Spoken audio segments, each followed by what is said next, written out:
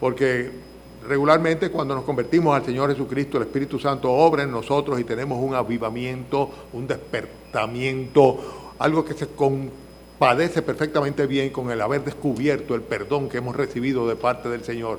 Y esto aviva nuestros corazones y alegra nuestra alma, y nuestro espíritu es efervesciente, ¿verdad? Porque nos sentimos perdonados, nos sentimos en comunión con Dios, nacemos a una nueva vida en Cristo.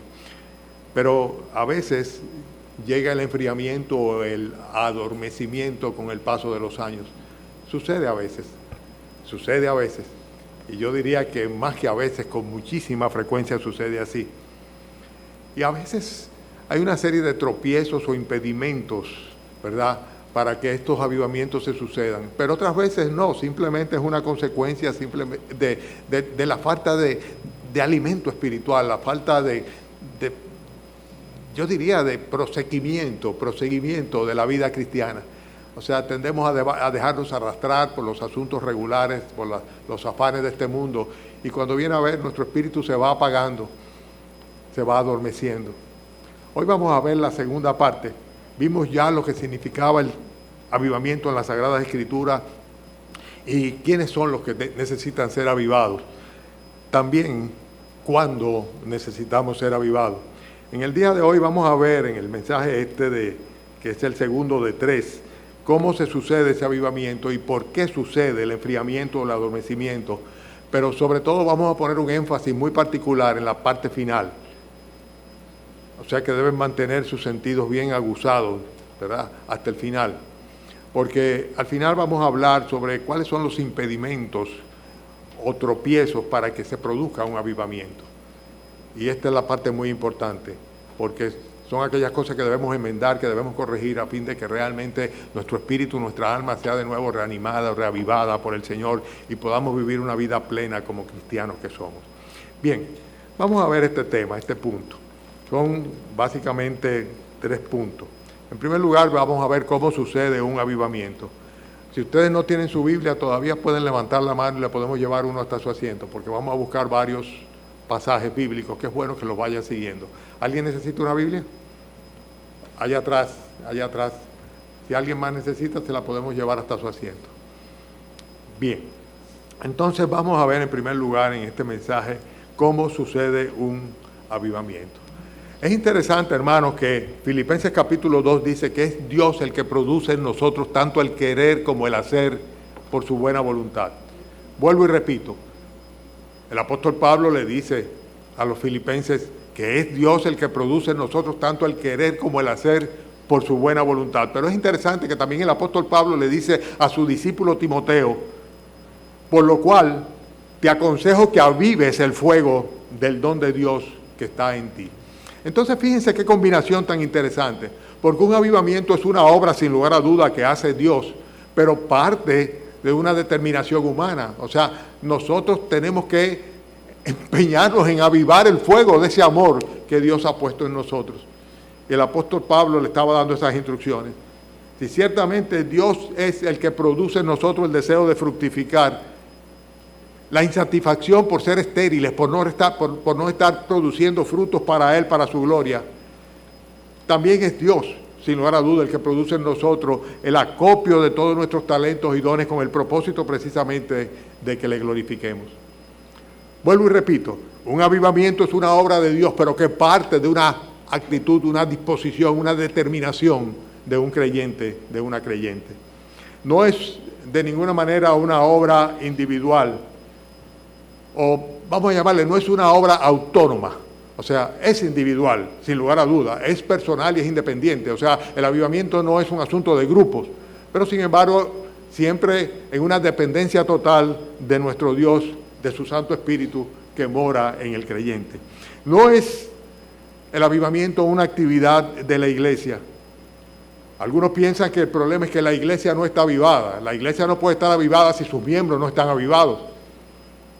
Y sus miembros son cada uno en particular de ellos. Ahora bien, si ciertamente un avivamiento no es una actividad de una iglesia, sin embargo, los efectos del avivamiento sí van a sentirse en la totalidad de la congregación. Cuando un miembro es avivado, los demás que se relacionan con Él, pues reciben la bendición y el estímulo para a su vez buscar de parte del Señor la reconciliación, el ánimo, la fortaleza, la consagración de vida para poder ellos mismos a la vez convertirse en catalizadores de ese avivamiento. Hermanos, el avivamiento es una exaltación de nuestra consagración individual, la cual apoyamos en el Espíritu Santo sin lugar a duda. Y, hermanos, esto se evidencia siempre porque hay una producción para el Señor de muchísimo más fruto. Recuérdense como dice el Señor: os he puesto para que llevéis fruto y para que vuestro fruto permanezca. Y para que llevéis mucho fruto, dice. Y esto es lo que sucede en una persona y en consecuencia afecta a todo el resto de los miembros de la iglesia, a toda la congregación, cuando esta persona es avivada por el Espíritu Santo. Vamos a partir, y hoy vamos a ver mucha Biblia, de ver algunos ejemplos de avivamiento en la Sagrada Escritura. Vamos primeramente a Segunda de Reyes, capítulo 22. Yo quiero que me acompañen allá. Busquen en su Biblia Segunda de Reyes, capítulo 22. Ayude a su vecino a encontrar los pasajes, de manera de que puedan ellos mismos llegar, tomar conciencia de lo que la Biblia enseña en este sentido. En Segunda de Reyes, capítulo 22, nosotros vemos un avivamiento individual. Se trata del rey Josías. El rey Josías pues va a ser avivado como consecuencia del encuentro que tiene la nación a través con la palabra de Dios, y que va a llegar directamente esto hasta el rey. Vamos a ver este texto, es Segunda de Reyes capítulo 22, y vamos a leer varios versículos, desde el versículo 8 hasta algunos versículos del capítulo 23. ¿Ya lo tienen? Dice la Escritura, estamos viendo ejemplos bíblicos de lo que es un avivamiento. Entonces dijo el sumo sacerdote Hilcías al escriba Safán: he hallado el libro de la ley en la casa de Jehová. Estaban haciendo unas remodelaciones en el templo y de un momento a otro se encontraron con una escritura de la palabra del Señor, del Antiguo Testamento. Viniendo luego el escriba Safán, versículo 9, viniendo luego el escriba Safán al rey, dio cuenta al rey y dijo: tus siervos han recogido el dinero que se halló en el templo y lo han entregado en poder de los que hacen las obras, que tienen a su cargo el arreglo de la casa de Jehová. Asimismo, el escriba Safán declaró al rey diciendo: el sacerdote Hilcías me ha dado un libro, y lo leyó Safán delante del rey. Ahora pongo el énfasis, versículo 11. Cuando el rey hubo oído las palabras del libro de la ley, rasgó sus vestidos. Luego el rey dio orden al sacerdote Hilcías, a Ahicam, hijo de Safán, a Adbor, hijo de Micaías, al escriba Safán y a Asaías, siervo del rey, diciendo: id y preguntad a Jehová por mí, por el pueblo y por todo Judá acerca de las palabras de este libro que se ha hallado, porque grande es la ira de Jehová que se ha encendido contra nosotros, por cuanto nuestros padres no escucharon las palabras de este libro para ser conforme a todo lo que nos fue escrito. Entonces fueron los sacerdotes Hilcías, Ahicam, Adbor, Safán. Cuando ustedes ven que leo rápido es porque ahí no es que esté el énfasis, ¿verdad? Mujer de Salún, hijo de Titba, hijo de Arbas, guarda de la vestidura, la cual moraba en Jerusalén, en la segunda parte de la ciudad, y hablaron con ella. Y ella les dijo: así ha dicho Jehová, el Dios de Israel: decid al varón que os envió a mí, o sea, al rey, a Josías, ¿verdad? He aquí yo traigo sobre este lugar y sobre los que en él moran todo el mal de que habla en este libro que ha leído el rey de Judá, por cuanto me dejaron a mí y quemaron incienso a dioses ajenos, provocándome a ira con toda la obra de sus manos. Mi ira se ha encendido contra este lugar y no se apagará. Versículo 18. Mas el rey de Judá, que os ha enviado para que preguntaseis a Jehová, diréis así: así ha dicho Jehová, el Dios de Israel, por cuanto oíste las palabras del libro, y tu corazón se enterneció y te humillaste delante de Jehová, cuando oíste lo que yo he pronunciado contra este lugar y contra sus moradores, que vendrán a ser asolados y malditos, y rasgaste tus vestidos y lloraste en mi presencia, también yo te he oído, dice Jehová. Por tanto, es aquí que yo te recogeré con tus padres y será llevado a tu sepulcro en paz, y no verán tus ojos todo el mal que yo traigo sobre este lugar. Y ellos dieron al rey la respuesta. Entonces mandó el rey reunir con él a todos los ancianos de Judá y Jerusalén, y subió el rey a la casa de Jehová con todos los varones de Judá y con todos los moradores de Jerusalén, con los sacerdotes, los profetas y todo el pueblo, desde el más chico hasta el más grande, y leyó, oyéndolo ellos, todas las palabras del libro del pacto que había sido hallado en la casa de Jehová. Y poniéndose el rey en pie junto a la columna, hizo pacto delante de Jehová de que irían en pos de Jehová y guardarían sus mandamientos, sus testimonios, sus estatutos, con todo el corazón y con todo el alma, y que cumplirían las palabras del pacto que están escritas en el libro. Y todo el pueblo confirmó el pacto. Nosotros vemos claramente que aparece la palabra de Dios y se lee la palabra de Dios y la palabra de Dios los amonesta. Y de una manera muy particular el rey se da por aludido, reconociendo el pecado de él, el pecado del pueblo, de la nación, y aceptando el juicio de Dios sobre la nación. Simplemente que se humilla delante de Dios, y como consecuencia de que se humilla delante de Dios, Dios le bendice, pero no perdona al pueblo, porque el pueblo no se había humillado. Pero específicamente al rey Josías le dice: tú no tendrás que ver todo el juicio que yo traigo sobre la nación, yo te voy a guardar de ello. Josías se arrepiente de todo corazón, y lo que hace es que lleva al pueblo en su condición de rey, de líder, a pactar con Dios. Eso lo vemos nosotros en el versículo 3 del capítulo 23, cuando dice: poniéndose el rey en pie junto a la columna, hizo pacto delante de Jehová de que irían en pos de Jehová y guardarían sus mandamientos. ¿Qué hace Josías? Él se arrepiente, es avivado por el Señor y utiliza su posición como rey para llevar al pueblo a pactar con Dios. Y sencillamente lo que hace es que usa su posición para servir a Dios. En el capítulo 23, si van al versículo 25, se van a dar cuenta, pasando la página, de que dice que no hubo otro rey, 23, 25, no hubo otro rey antes de él que se convirtiese a Jehová de todo su corazón, de toda su alma y de todas sus fuerzas. Precisamente el mandamiento del Señor, ¿verdad? Conforme a toda la ley de Moisés, ni después de él nació otro igual. Es lo que la palabra de Dios dice, que nosotros debemos amar a nuestro Dios con todo nuestro corazón, con toda nuestra alma, con toda nuestra fuerza. Y él se convirtió al Señor con todo su corazón, con toda su alma y con toda su fuerza. Y hubo un avivamiento individual en él. La nación fue castigada, no fue un avivamiento general. Él como líder llevó a la nación a pactar, o sea, impuso simplemente su autoridad. Pero fue un avivamiento muy, muy personal. En ocasiones se sucede también en las Escrituras que hay un avivamiento general, cuando hay una amonestación. Siempre el patrón va a ser el mismo y lo vamos a enfatizar al final. Fíjense en el caso de Primera de Samuel, capítulo 7, algunas páginas atrás en su Biblia. Vayan al libro de Primera de Samuel. Y en este caso vamos a ver un avivamiento general, no específicamente de una persona, sino de una nación. Primera de Samuel, capítulo 7, y vamos a leer desde el versículo 3. Primera de Samuel 7, 3. Busquen sus Biblias. Busquen sus Biblias, muevan sus Biblias. Si no, no van a retener absolutamente nada de todo esto. Pero bueno es tenerlo en la Biblia y verlo y anotarlo. Háganlo. Señores, ¿por qué se avivó Josías? ¿Por qué? ¿Por qué? Porque se encontró el libro de la palabra de Dios, del Antiguo Testamento, ¿verdad? Las Escrituras, y las leyó, y el efecto lo produjo Dios a través de la palabra de Dios. Ahí es que está la clave.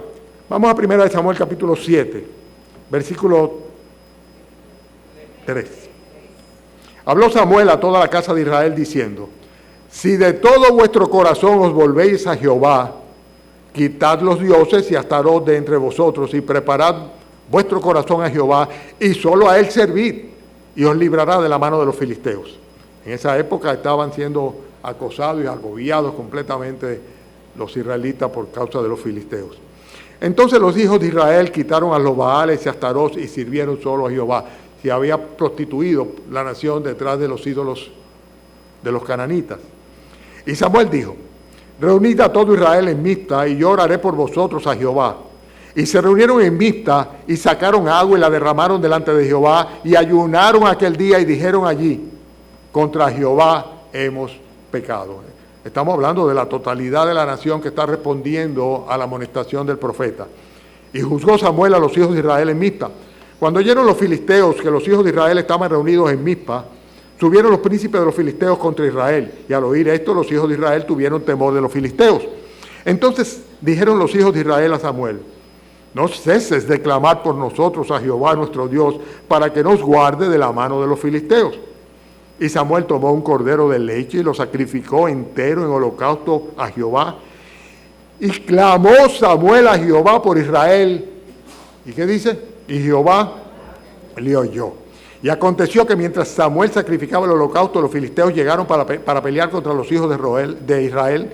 Mas Jehová tronó en aquel día con gran estruendo sobre los filisteos y los atemorizó, y fueron vencidos delante de Israel. Y saliendo los hijos de Israel de Mizpa, siguieron a los filisteos, hiriéndolos hasta abajo de Bet-car. Tomó luego Samuel una piedra y la puso entre Mizpa y Sein, y le puso por nombre Ebenezer, diciendo: hasta aquí nos ayudó Jehová. Así fueron sometidos los filisteos, y no volvieron a entrar más en el territorio de Israel, y la mano de Jehová estuvo contra los filisteos todos los días de Samuel. Y fueron restituidas a los hijos de Israel las ciudades de los filisteos, que los filisteos habían tomado a los israelitas, desde Cron hasta Gat, e Israel libró su territorio de mano de los filisteos, y hubo paz entre Israel y el amorreo.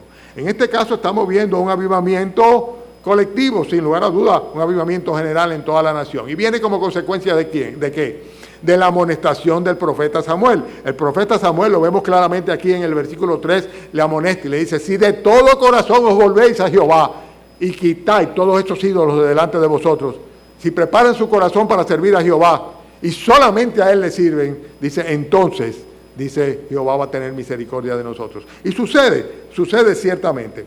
Ellos debían volverse a Jehová, debían quitar los ídolos, debían preparar su corazón, debían arrepentirse, y esa es una palabra clave de su pecado. Y entonces Dios lo restituye. Dios restituye su favor, su gracia sobre la nación. Es un avivamiento el que tiene la nación en ese momento bajo el ministerio del profeta Samuel. Un tiempo muy especial que tuvo Israel cuando, en términos generales, la nación había vivido grandes crisis. Hay varios ejemplos más. Por ejemplo, en Primera de Reyes capítulo 15, el rey Asa tuvo un avivamiento y con él también la nación. Elías en Primera de Reyes capítulo 18, Josafat también en Segunda de Crónicas 19. Son muchos los ejemplos de avivamientos espirituales que vinieron a través de una persona hacia la nación en general. O sea, avivamientos generales. Manasés, Segunda de Crónicas 33, Ezequías, Segunda de Crónicas 30. En el tiempo de Esdras, lo vimos también nosotros en los estudios que hicimos sobre Esdras y Nehemías, del avivamiento que vino. Y siempre todo parte de un momento en el cual hay un arrepentimiento, una cercanía al consejo de la palabra de Dios. Siempre es el mismo patrón que se utiliza. Nehemías también en el versículo 13. Dios constrita a una persona, o sea, esa persona se contrista, se arrepiente de sus pecados, acepta la responsabilidad, y muchas veces acepta la responsabilidad, si es un líder, de lo que está sucediendo en el pueblo de Dios, en su pueblo. Y entonces este líder espiritual reprende a la comunidad, reprende a la nación, intercede por la nación y ofrece sacrificio al Señor. Entonces el pueblo sigue su ejemplo, hay un arrepentimiento, Dios oye y Dios entonces restituye o restaura. Ahí es que se produce el avivamiento colectivo, cuando hay un arrepentimiento general. ¿Fruto de qué? De una toma de conciencia a través de lo que las Sagradas Escrituras dicen, demandan, que Dios espera de nosotros los creyentes. Hermanos, estos son ejemplos de avivamiento. Pero ahora vamos a tratar el por qué suceden estos, vamos a llamarle adormecimientos. ¿Por qué una persona se apaga? ¿Por qué una persona viene a Cristo efervescente, en sus primeros años y luego pues sencillamente va poquito a poquito menguando su fe, su fidelidad, su consagración, aún su fructificación?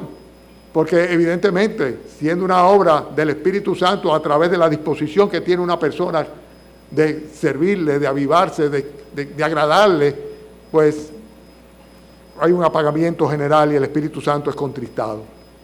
Lo que vemos nosotros es que hay varios motivos.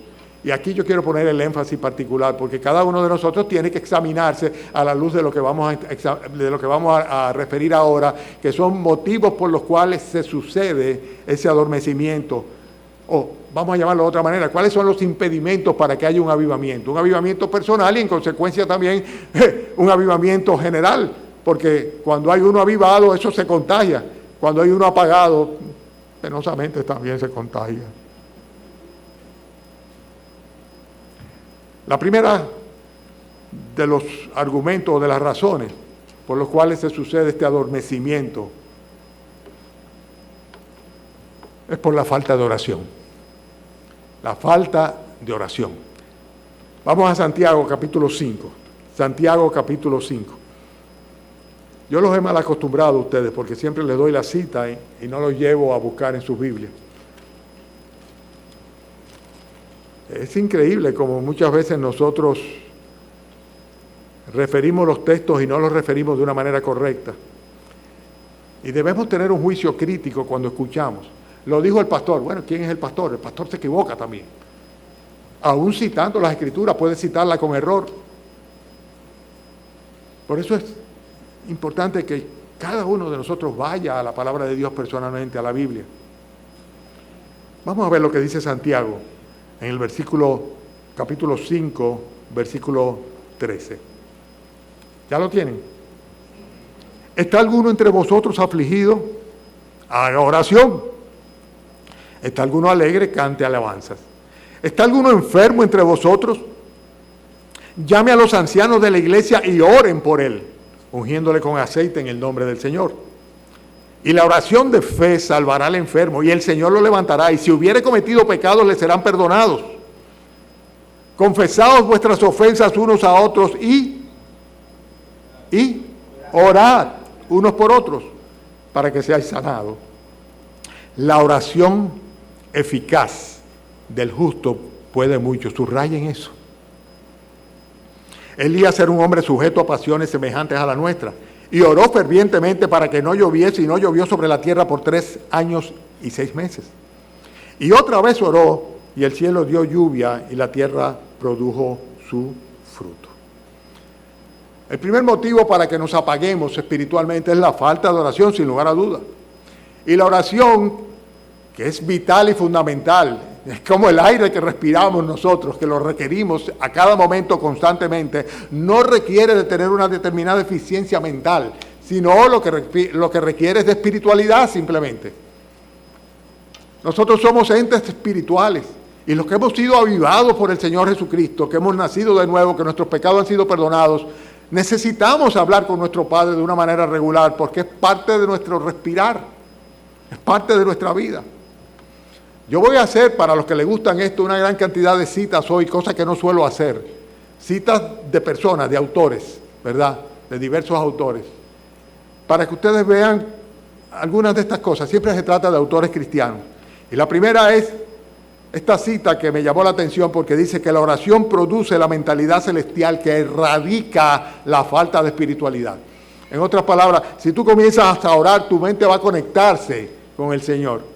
Y esto va a echar a un lado la falta de espiritualidad que tipifica a cualquier persona cuyo espíritu está apagado en vez de estar avivado.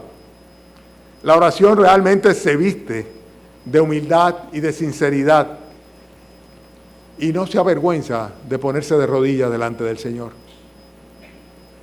La oración influye a Dios. Si queremos doblar el brazo de Dios, tiene que ser mediante la oración. Si queremos realmente tener una respuesta del Señor, tenemos que acostumbrarnos a acudir a Él con la actitud correcta, en el momento correcto, en la forma correcta y de una manera regular para que nuestras oraciones sean realmente respondidas y nosotros seamos capaces de escucharlas. Fíjense, la oración, sin lugar a duda, es la manera como nosotros podemos ser enternecidos por parte de Dios. Alguien dijo que la oración enternece al alma. Y lo dice basado en la idea de que cuando nosotros oramos por una persona, por lo general, no tendemos a criticar mucho a esa persona por la cual oramos, sino por el contrario, tendemos a justificarla. Y nosotros no criticamos a aquellas personas por las cuales oramos. La oración, según dice el autor del libro ¿Por qué no llega un avivamiento?, Leonard Ravenhill, dice, nos lleva a las mayores alturas espirituales, que solamente se conquistan a través de la oración. Y es el lugar donde se libran las más importantes batallas. Estoy citando a otros autores de libros cristianos. Este señor, ¿verdad?, con este libro que lo recomiendo ciertamente, un libro ya que tiene muchos años, ¿por qué no llega el avivamiento? Dice que en la soledad de la oración es el lugar donde se obtiene la compañía de Dios. Son pensamientos realmente que vale la pena retraer. Otra expresión de él dice, el secreto de la oración, ¿saben cuál es? Orar en secreto. Por eso algunas personas que están acostumbradas a orar al Señor en secreto, les es muy difícil orar en público. Y cuando se les pide que oren en público, pues titubean, pero no porque no están acostumbrados a orar, sino por el contrario, porque tienen una intimidad en su oración con el Señor que se siente raro cuando liderean o llevan a cabo la oración congregacional de grupo. Pero no solamente eso, sino que dice este hombre, este siervo del Señor, que la oración suele ser con mucha frecuencia la cenicienta de la iglesia. ¿Qué querrá decir con eso, de la cenicienta de la iglesia? Y dice también lo siguiente, todos estos son pensamientos que no son míos, ¿verdad? No son frases personales, pero que, sin lugar a duda, creo que son muy reales. Dice que desde el día de Pentecostés no ha habido ningún gran despertamiento espiritual en ningún país que no fuera iniciado o empezado por una reunión de oración. Y la última de las citas es la que dice que el único poder ante el cual Dios cede es el poder de la oración. Y es así. Nosotros, hermanos, tenemos el poder de atar y desatar mediante la oración. Y la pregunta es, ¿hemos usado ese poder recientemente? El Señor Jesucristo lo dijo, de cierto os digo que todo lo que atéis en la tierra será atado en los cielos, y todo lo que desatéis en la tierra será desatado en los cielos. ¿Cómo atamos y desatamos? A través de la oración. A través de la oración, precisamente. Por eso Santiago es tan radical cuando dice, la oración eficaz del justo puede, un poquito, dice, un poquito. Dice, puede mucho. Pero no es por el justo, es por a quien va dirigida la oración eficaz del justo. El primer motivo por el cual caemos en un adormecimiento espiritual, en una baja espiritual, en una falta de, vamos a llamarle de avivamiento, de vida espiritual, efervescencia espiritual, es por la falta de oración. Si no oramos, nos vamos a ir de cabeza necesariamente. Nuestras vidas espirituales van a caerse.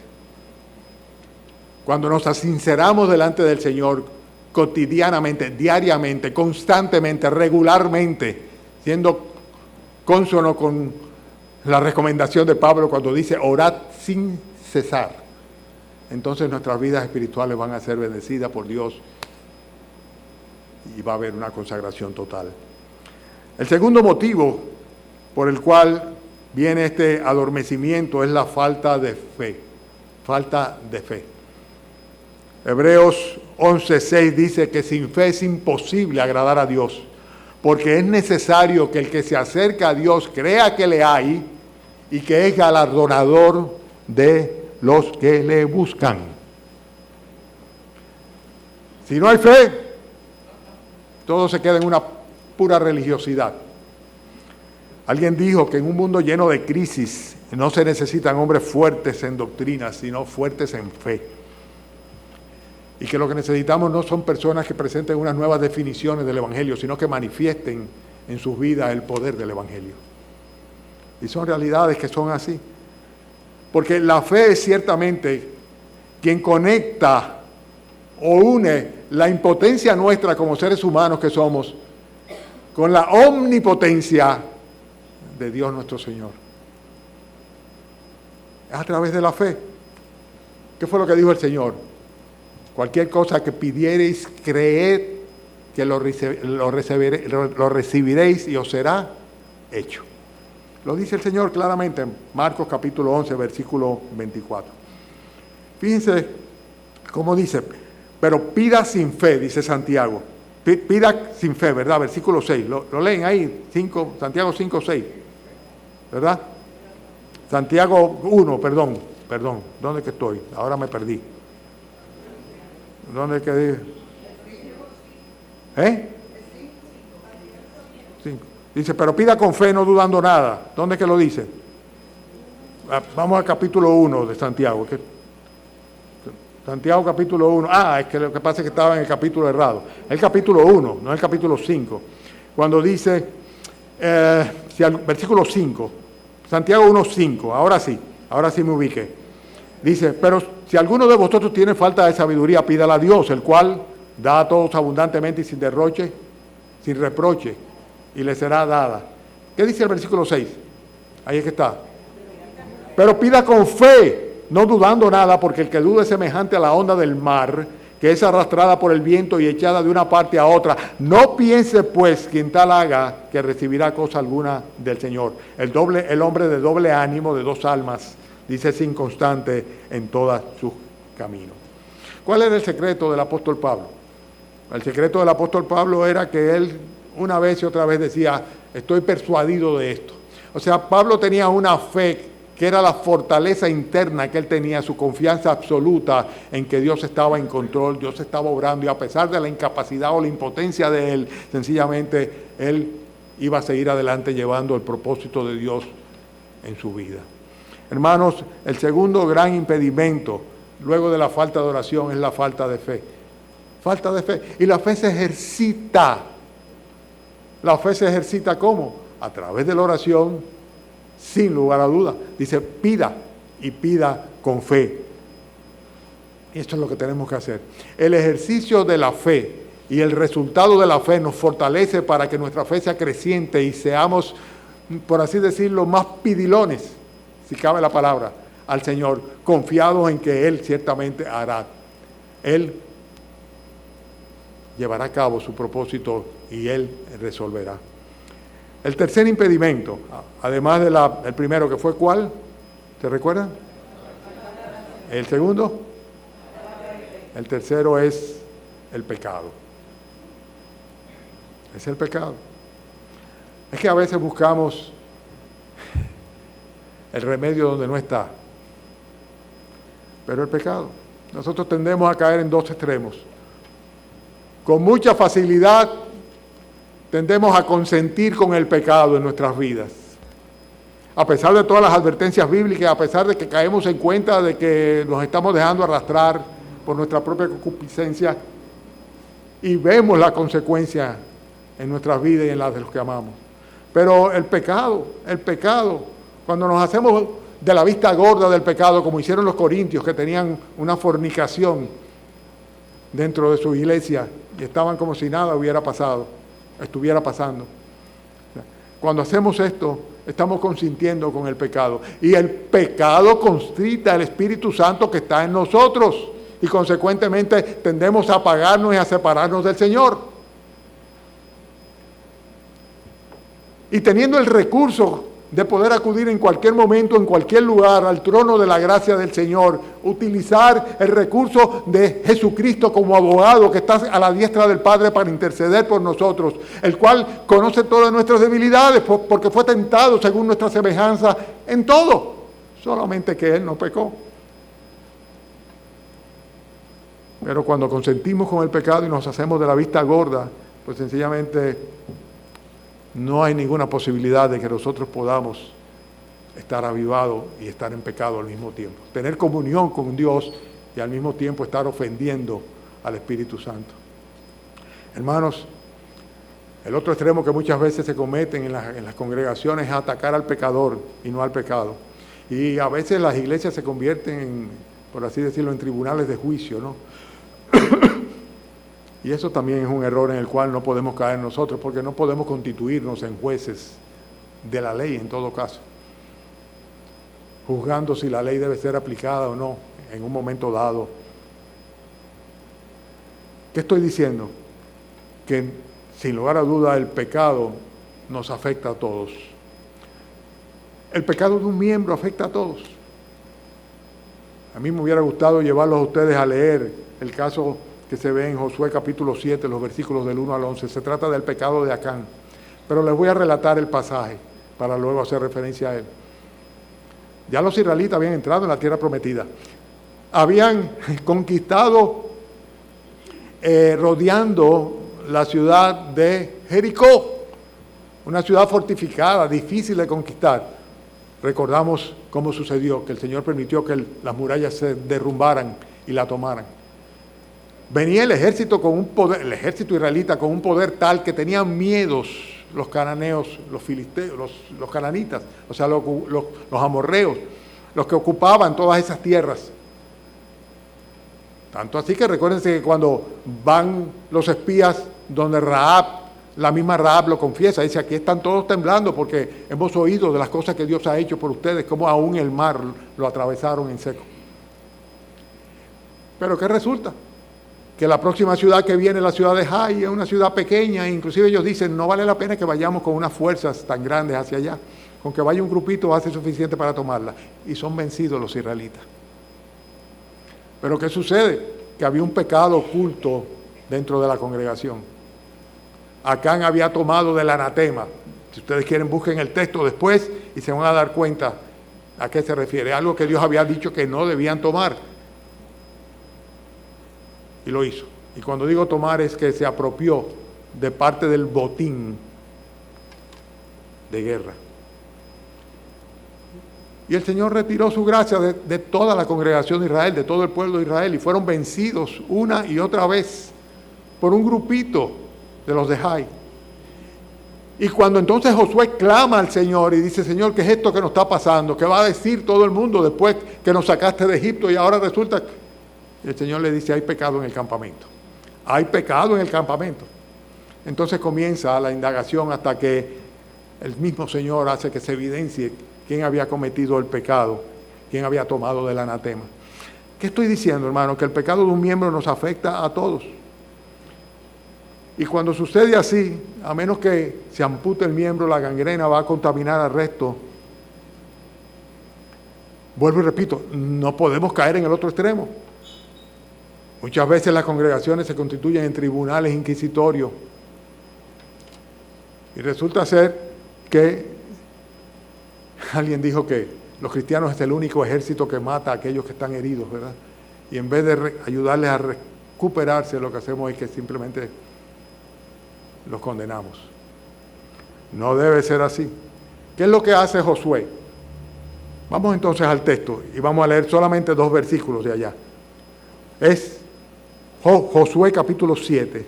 Josué capítulo 7. ¿Qué hace Josué para que el Señor le restaure su favor y su gracia?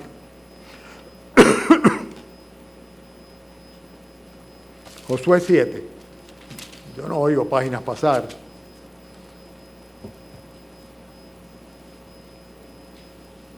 Parece que este mensaje no va a gustar mucho, ¿verdad? Es como demasiado directo, ¿verdad? Guárdeme el Señor de agradar a los hombres antes que a Él. Pero es lo que la Biblia enseña. Estamos en Josué capítulo 7. ¿Ok? Ya les relaté de qué se trata el pecado de Acán y todo esto. Pero fíjense qué es lo que hace Josué como líder de la congregación en sustitución de Moisés. En el versículo 14 les dice: os acercaréis pues mañana por vuestras tribus, y la tribu que Jehová tomare se acercará por sus familias, y la familia que Jehová tomare se acercará por sus casas, y la casa que Jehová tomare se acercará por los varones, y el que fuere sorprendido en el anatema será quemado él y todo lo que tiene, por cuanto ha quebrantado el pacto de Jehová y ha cometido maldad en Israel. Estoy, versículos 14 y 15. Entonces, luego vemos el versículo 19, cómo el pecado es evidenciado y cómo esa persona es separada de la congregación. Entonces Josué dijo a Acán: hijo mío, da gloria a Jehová, el Dios de Israel, y dale alabanza y declárame ahora lo que has hecho, no me lo encubras. Y Acán respondió a Josué diciendo: verdaderamente yo he pecado contra Jehová, el Dios de Israel, y así he hecho. Pues vi entre los despojos un manto babilónico muy bueno y 200 siclos de plata y un lingote de oro de peso de 50 siclos, lo cual codicié y tomé, y aquí que está escondido bajo tierra en medio de mi tienda y el dinero debajo de ello. El pecado es evidenciado y Acán va a ser separado de la congregación, y no solamente eso, sino que recuérdense que Dios va a hacer un juicio muy especial sobre Acán y su familia. La tierra se los va a tragar. Pero en fin, ¿en qué punto estamos ahora? Estamos hablando de cuáles son los impedimentos para que haya un avivamiento, o por qué se produce un adormecimiento en la vida de un creyente. ¿Por qué tú, que en una época querías hablarle a todo el mundo de Cristo, querías dar testimonio de tu fe en Cristo, querías estudiar la palabra de Dios, orabas regularmente de un momento a otro? Resulta que si haces un análisis actual no es así. Bueno, estamos hablando de que en primer lugar la falta de adoración y en segundo lugar la falta de fe, de confianza en el Dios que tenemos. Pero en tercer lugar, el pecado. El pecado en nuestras vidas produce eso. Es posible que el pecado sea el motivo por el cual tú estás apagado. Y es posible también, como en el caso de la nación, que esto esté contaminando la congregación y por eso también Dios no esté derramando su gracia, su favor, su misericordia en las vidas de los creyentes. La pregunta es esa: ¿estará siendo tu pecado motivo de apagamiento en la congregación? Porque si es así, lo que hay que hacer es muy claro. Hay que ir al Señor arrepentidos, como vimos que sucedió en los casos anteriores que citamos. Tercer motivo que frecuentemente produce un apagamiento en las vidas de los creyentes y en las congregaciones es la falta de unción. El cuarto. El cuarto. El tercer motivo es la falta de unción en el liderazgo de la iglesia. Y esto me atañe a mí directamente, a los diáconos y a todos los que de alguna manera pues estamos ministrando entre las damas y entre los caballeros de la congregación. Dice este autor, Ravenhill, que la tragedia de los últimos tiempos, dice él, es tener demasiados predicadores muertos en los púlpitos. Personas que predican, pero no tienen vida espiritual. Ellos mismos no pueden proyectar lo que no tienen, no pueden comunicar al Cristo que no conocen, el perdón que no han experimentado, la vida que no viven. Dice también que predicar sin la unción del Espíritu Santo realmente lo que hace es matar en lugar de dar vida. Y los predicadores tenemos que pensar en eso, y los maestros también.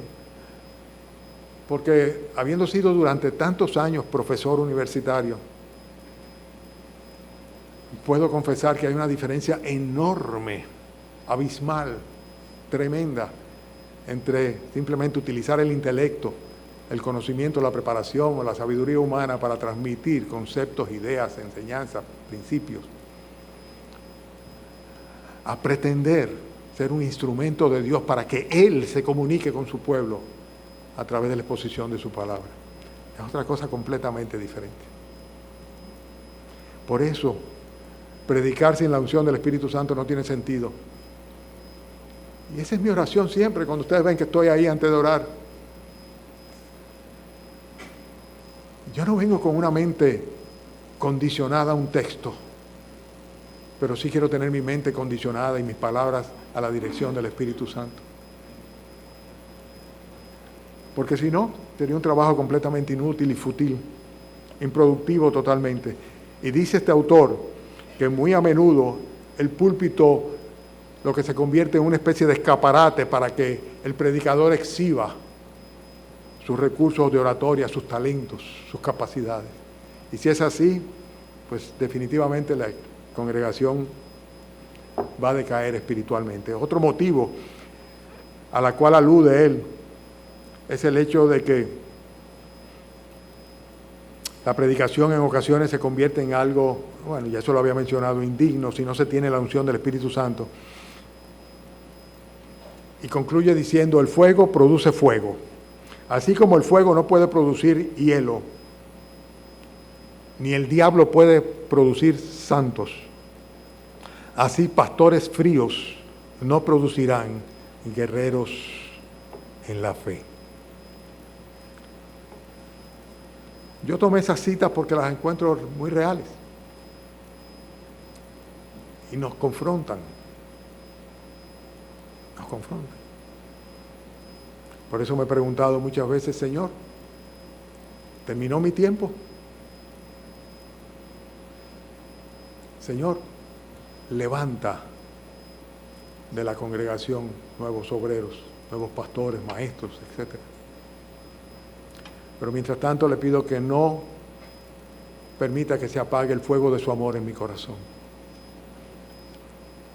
Hermanos, la quinta o la cuarta. La quinta o el quinto argumento, ¿verdad? Por lo cual viene este enfriamiento espiritual, es sin lugar a duda cuando hay una mala alimentación.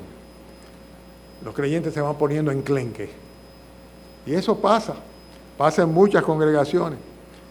Cuando abandonamos, por ejemplo, los rudimentos de la doctrina, cuando dejamos de predicar el arrepentimiento, la condenación universal, la necesidad de una conversión a Cristo, el cambio de vida, la santificación, el nuevo nacimiento espiritual, cuando eso deja de estar presente en los mensajes, pues evidentemente hay un decaimiento espiritual, porque no está la dosis que nutre nuestro corazón, nuestra alma, y que amonesta a los incrédulos para que se arrepientan de sus pecados, se conviertan a Cristo y tengan una nueva vida por la fe, solamente creyendo en el Salvador y en su obra.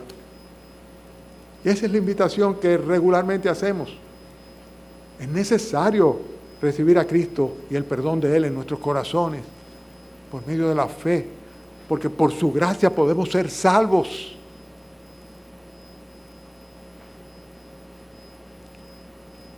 Muchas veces de lo que carecen las enseñanzas de la iglesia es de doctrina. El apóstol Pablo decía a los corintios, ustedes todavía tienen necesidad de leche, porque no son capaces de tomar alimentos sólidos, doctrina. O sea, de profundizar en el conocimiento del Señor a través de las Escrituras. Porque de lo que se trata es de eso, es de conocer más a nuestro Dios. Por eso vamos a las Escrituras. No de guardar una religión ni un formalismo, no, es de conocer más a nuestro Dios, los atributos que tiene Él, la naturaleza de Él. Y apropiarnos entonces de su gracia para seguir adelante en nuestra vida glorificándole. Muchas veces lo que falta es eso, que lo que se predica son cosas sencillamente superficiales. No se predican las Escrituras, sino que se predican conceptos que se justifican a través de pasajes bíblicos. Por eso nos hemos guardado durante tantos años de ir a las Escrituras, de que nuestra exposición sea expositiva. Sencillamente tomar lo que la Biblia dice y exponerlo, ordenarlo y exponerlo. Porque muchas veces los púlpitos se llenan de experiencias, de consejos personales, humanos, y realmente Dios no necesita de nada de eso para obrar en nuestras vidas. Por el contrario, se constituye en un impedimento. Y hoy día, a través de las redes sociales, cuídense, porque es tanta la basura que con un tinte de espiritualidad se presenta, haciendo referencia a Dios, sin que tenga nada absolutamente que ver con Él, con su doctrina, con su palabra. El tercer motivo de la mala alimentación tiene que ver con la predicación, cuando se convierte en una predicación que le hemos llamado pastor-céntrica. Esto también sucede mucho. El pastor solamente habla de él, de su familia, de su ministerio, de la visión que él tiene, de las experiencias que ha pasado, etcétera, etcétera, etcétera. Y eso definitivamente es una mala alimentación para la congregación. Se convierte en una especie de referente personal, cuando nuestro referente tiene que ser siempre el Señor Jesucristo. Y nadie más, absolutamente nadie más. A veces se trata de un celo pastoral que en lugar de llevar, como dice la Escritura, cada alma cautiva a Jesucristo, lo que hace es de tener celos por vosotros, pero no para bien de vosotros, sino para que vosotros tengáis celos de Él. Y eso pasa también, muy frecuentemente. Cuando hay una mala alimentación, cuando hay sermones que son como los happy hour, que la gente está feliz y se ríe mucho y se goza mucho porque qué simpático el pastor, qué amena su predicación, con mensajes muy ligeros, muy breves, que están cargados de anécdotas. Ahí en la radio hay un predicador adventista que hace tantas anécdotas y es tan agradable con el tono de voz que tiene oírlo. Pero no es alimento sólido.